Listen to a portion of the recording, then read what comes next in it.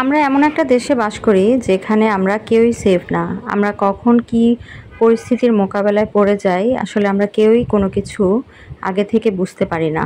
হঠাৎ করেই কেমন যেন সব কিছুই অন্ধকার হয়ে যেতে পারে আমাদের জীবনে। হ্যালো ফ্রেন্ড, আসসালামু আলাইকুম। সবাই কেমন আছেন? আশা করছি সবাই ভালো আছেন। তো আজকে আবার নতুন আরেকটি ভিডিও নিয়ে আপনাদের মাঝে হাজির হয়ে গেলাম।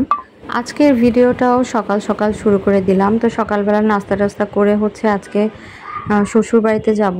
তো আজকে সকালবেলা নাস্তা করে তারপর একটু ভুট্টা এনেছিল, তো সেগুলো ভেজে টেজে খাওয়া দাওয়া করে দুপুরে রান্না বান্না করে ভাবলাম যে একটু উত্তরা আমার শ্বশুর বাড়ি, তো ওখানে যাব। তো আমরাও আগে উত্তরায় থাকতাম, কিন্তু কিছু কারণে আমরা এখন সাভারে থাকি। তো যাই হোক, তো সেটা কথা না, কথা যে আমরা বিকেলবেলা উত্তরার উদ্দেশ্যে রওনা দিব। শ্বশুরের বাসা ওনারা ওখানে থাকে।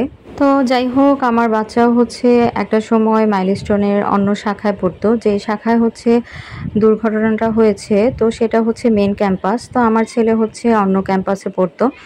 তো যাই হোক, আমরা এই তো ভুট্টা টুট্টা খেয়ে তারপর দুপুরে রান্নাবান্নার আয়োজন করছিলাম।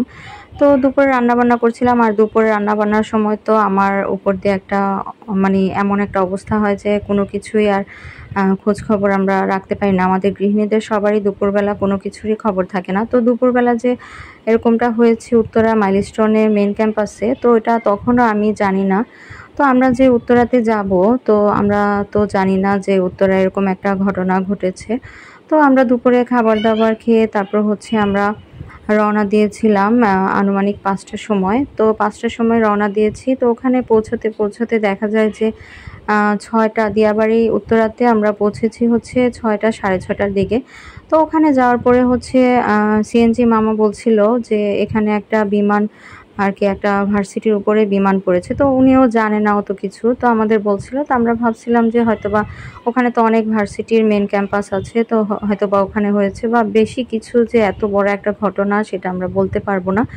তো তারপর বাসায় আসলাম। বাসায় আসার পর তো মোবাইল ওপেন করে ফেসবুক তারপর ইউটিউব যেখানেই করছি, তখন সেখানেই এই খবরটা দেখতে পাচ্ছিলাম। তো আমরা আসার সময় অনেক যানজট পেয়েছিলাম, অনেক ট্রাফিক যানজট, তারপর স্টুডেন্টরা অনেক রাস্তায় ছিল। তো তখনও এতটা যে ভয়াবহ অবস্থা হয়েছে আমরা বুঝতে পারিনি। তো যাই হোক, সব কিছু আমরা বাসায় এসে বুঝতে পারলাম যে এমন একটা অবস্থা হয়েছে। আমার কাছে বারবার মনে হচ্ছিল যে আমার ছেলেও তো মাইলস্টোনে পড়ে, যদিও বা অন্য শাখায়, কিন্তু আমি একবার ভেবেছিলাম যখন উত্তরায় থাকি তখন এই শাখাটায় আমি ভর্তি করাবো। তো যাই হোক, বুকের ভিতরে কেমন জানি করে উঠছিল যে যদি আমি ভর্তি করাতাম, আমার ছেলেও ক্লাস 3তে ভর্তি করাতাম।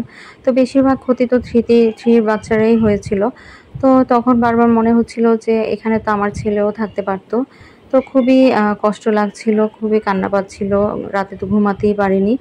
তো যাই হোক, আমরা এমন একটা দেশে বাস করি যখন এই ঘটনা ঘটেছে তখন নাকি 1 লিটার পানির দাম 300 টাকা, আর রিক্সাওয়ালা মামারা 20 টাকার ভাড়া 200 টাকা দাবি করেছিল।